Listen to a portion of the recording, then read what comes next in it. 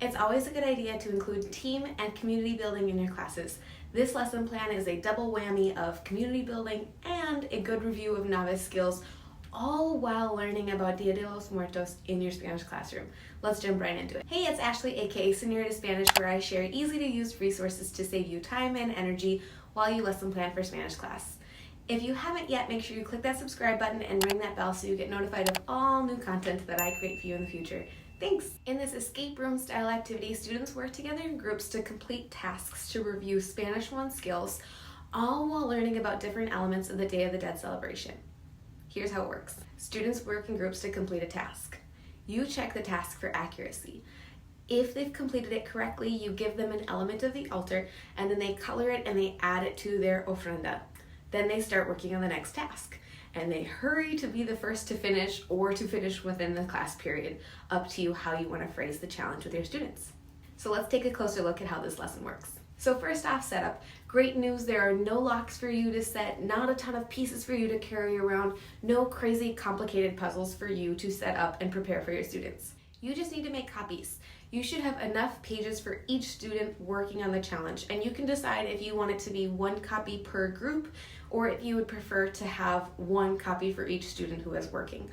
Your students will also need colored pencils or markers, scissors, and glue. Really nothing crazy. I would also recommend that you make a copy of the answer key so that way when your students come to you with a completed task, it's easy for you to check and verify, yep, you did this correctly, go ahead and move on. As an added option, if you would like, you could provide your students with a quick treat or something to celebrate their win of the challenge, or you could just print off the certificates that I've created for you. Have you ever done an escape room style challenge with your students before? If yes, comment below yes so I can hear about it. Okay, so you're all set up. Let's talk about during class. During class, I always like to start the day with just my normal class routine. So for me, a normal class routine is a start of class emotional check-in, calendar talk, and weather talk. And then we get into our daily class routine. I do have a blog post where I detail more information about this, and I'll make sure to link to that in the description below in case you want to hear about it. After the daily routines, you're going to split your students up into the groups they'll be working in. I personally prefer groups of 3 to 4 students because I think that allows for them to work closely enough that everybody can see the paper in front of them. But you could also do larger groups or have them work in pairs, up to you and whatever fits your students best. Also, depending on your class and how classroom management is in that group, you could assign groups ahead of time, or you could say, all right, chicos, you need groups of 3 to 4, make it happen. Again, totally up to you and that classroom setting and situation. Once your students are in groups, you're going to give them the blank ofrenda and make sure all of the students' names are on it. Then you're going to begin the tasks. The tasks are as follows. Task number 1 is a color by number to practice numbers 1 through 30. Task number 2 is a read and color the family tree based on the information and the challenge. Task number 3 is a decoding the food vocabulary puzzle. Task number 4 is to practice emotions by coloring calaveras. Task number 5 is a word search to practice color vocabulary. And task number 6, they practice gustar and pasatiempos by connecting who and what they like. As they finish the task, they'll bring the pages up for you to check. This is why I recommend that you have the answer keys handy, because that way you can just quickly glance at what the work that students have done, look at your answer key and know, yep, they were successful with this task, or no, they need to go make some corrections and work on this again. If they did it correctly, you are going to give them the element of the ofrenda that they learned about in that task.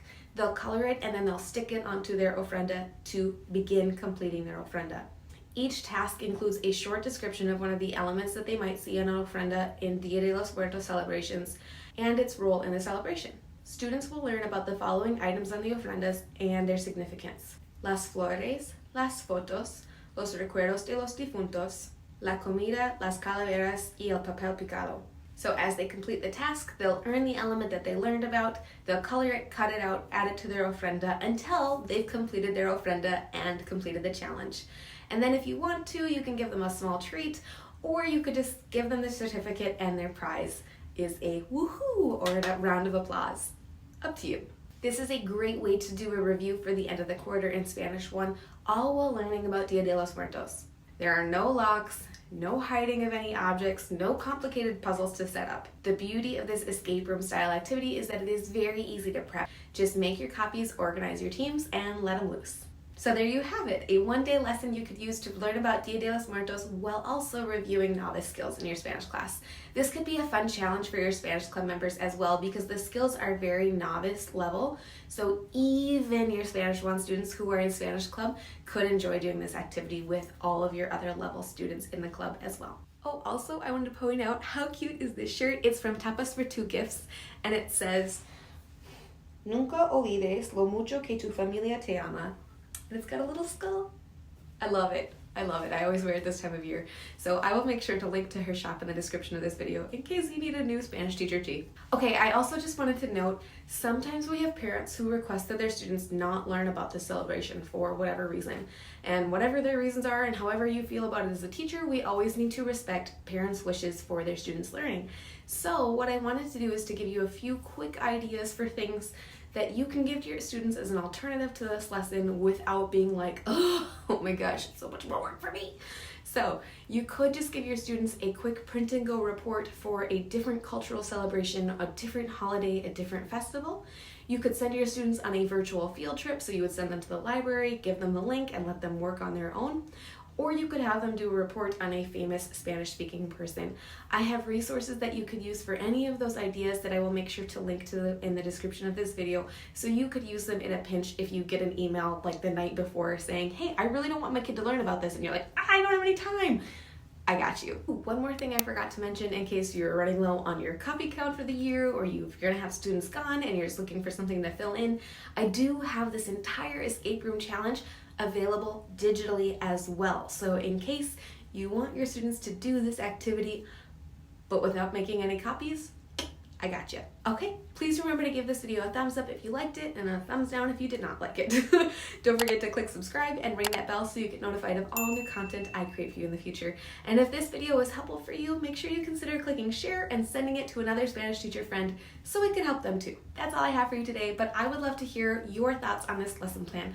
Consider sending me a DM over on Instagram. I'll put my name right here. Can't wait to hear from you. Bye!